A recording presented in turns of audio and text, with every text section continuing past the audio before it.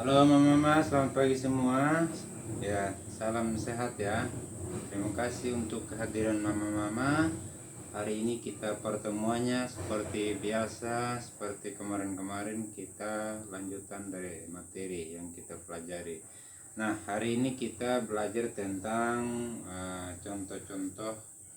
Hari ini kita belajar contoh-contoh penelantaran ya mama-mama. Baik. Di sini ada beberapa contoh penelantaran selain yang kita alami di rumah kita masing-masing atau di kampung kita, tapi salah sebagai itu yang sering terjadi di rumah tangga atau di kampung-kampung kita. Satu itu tidak memberikan makanan yang sehat, aman dan bergizi. Ketika kita tinggalkan anak atau kita titipkan pada keluarga, maka yang jelas hanya sekedar dikasih makan saja, artinya yang penting dia kenyang atau untuk makan saja, begitu maksudnya. Tidak diberikan tempat tinggal dan pakaian yang layak. Nah, karena kalau tidak ada orang tua lagi atau ditelantarkan, maka jelas dia akan tinggal di mana-mana dan pakaian juga apa adanya. Tidak pernah diberi waktu dan kesempatan bermain, selalu dikurung atau istilahnya kita maunya mereka anak-anak kita itu harus di rumah saja, tidak perlu bermain. Tidak diizinkan ke sekolah itu tadi karena kita tadi kebanyakan punya pekerjaan di kebun, jadi kita suruh anak-anak tinggal terus di rumah, tidak usah pergi sekolah atau jaga rumah maksudnya. Tidak melakukan imunisasi terhadap anak, karena tidak rajin ke posyandu ya, tidak mungkin ini bisa kita lakukan sendiri imunisasi atau apa. Jadi itu mama, kita lanjut. Itu tadi tidak diberikan imunisasi, tidak mungkin kita bisa lakukan sendiri di rumah kalau tidak di kegiatan posyandu. Tidak ke posyandu, ini juga tidak ke posyandu menimbang berat dan ukur tinggi badan, ini juga kita dapatkan di posyandu, juga kita dapatkan di puskesmas. Tidak dibawa berobat ke puskesmas pelayan kesehatan lain. Biasanya kalau anak sakit kita belinya obat sendiri di kios tanpa lakukan pemeriksaan secara lengkap. Tidak mendukung pendidikan anak. Untuk apa sekolah anak? Sekarang sudah tidak ada lagi lowongan pekerjaan, itu mungkin yang masih dalam pikiran kita sehingga tidak mendukung lagi anak untuk sekolah. Yang berikut, tidak memberikan kasih sayang, itu selalu marah-marah, selalu bentak-bentak anak, tidak mendengarkan pendapat anak, apalagi ini pikir bahwa kamu masih kecil, anak kecil untuk apa ikut campur dengan urusan orang tua, kan begitu. Makanya yang berikut, tidak memberikan kesempatan beribadah, ini juga ada waktunya untuk beribadah, tidak diizinkan untuk apa, tidak mengenalkan nilai baik dan buruk. Tidak mengajarkan untuk menghargai dan orang atau berhubungan dengan orang lain. Ditinggal sendiri, didiamkan dalam kurung waktu tertentu, tidak dipedulikan, atau bisa kita sebagai orang tua dikasih hukuman. Macam saya pengalaman waktu masih kecil sering diperlakukan oleh orang tua, tapi kan kalau lama-kelamaan atau berterus-terus seperti itu kan akan membuat anak-anak kita patah semangat atau rasa takut, tidak punya harapan untuk masa depannya. Nah, itulah beberapa hal tentang penelantaran anak. Tahukah mama apa akibatnya atau sebabnya yang terjadi ketika kita terlantarkan anak-anak kita?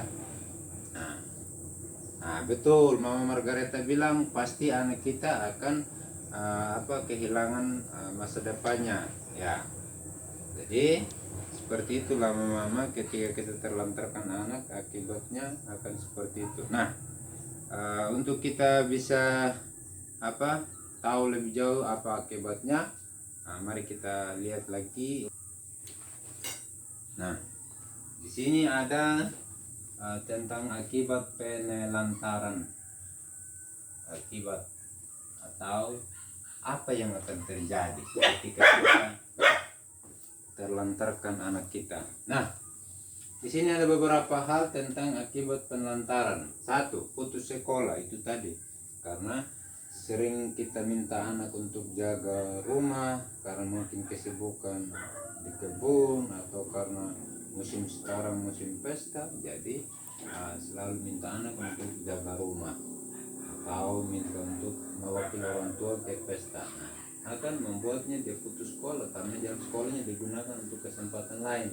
Kurang gizi itu tadi. Selalu kita titipkan pada keluarga, maka atau kita tidak pernah memberikan susu, ikan, itu akan mengalami kekurangan gizi. Celaka, luka, sakit.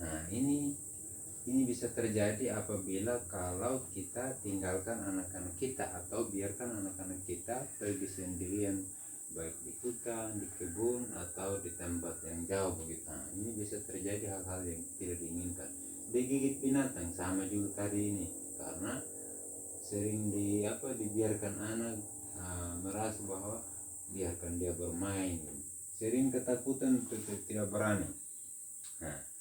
Karena selalu dibentak-bentak mama, maka dia akan ketakutan untuk tidak berani, atau sering dipukul atau bahkan kata-kata kotor yang lain kita maki anak kita. Itu yang membuat ini kemampuan berbahasa rendah, ya jelas, karena ketika anak kita kurung dalam rumah atau tidak diizinkan untuk bertemu dengan orang lain, bertemu dengan teman-teman, pasti dia akan susah untuk berbahasa, sehingga akan menyebabkan kemampuan berbahasanya rendah. Anak merasa tidak aman, ini sudah pasti, karena bahwa dia merasa seperti cerita-cerita orang dulu, kalau dulu kan penjajah selalu mengancam orang tua. Sekarang juga anak-anak merasa seperti itu, susah bergaul. Ini juga karena itu tadi, kita mengurung anak atau suruh tinggal di rumah atau kerja saja, tidak mungkin dia punya kesempatan untuk bertemu dengan orang lain, palingan orang-orang di rumah saja. Mengalami masalah penyesuaian diri pada masa yang akan datang. Ini juga, jadi anak akan susah untuk menyesuaikan diri dengan orang lain. Baik, sampai di sini materinya untuk pertemuan kita hari ini. Mungkin ada yang mama belum mengerti atau mama mau bertanya. Mama Margareta ada? Tidak ada. Mama Magdalena, yang lain mama?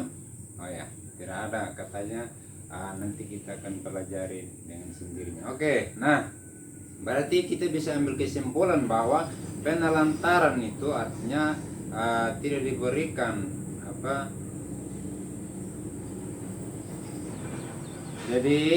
penelantaran anak artinya bahwa tidak terpenuhinya kebutuhan anak, baik itu dari pakaian, dari makanan, dan juga tempat tinggal. Lalu hal yang berikut itu kasih sayang.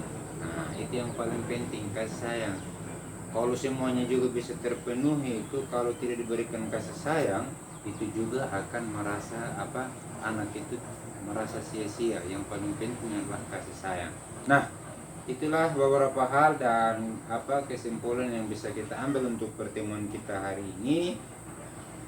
Dengan demikian pertemuan kita hari ini kita akhiri di sini dan sampai jumpa pada pertemuan berikut. Terima kasih.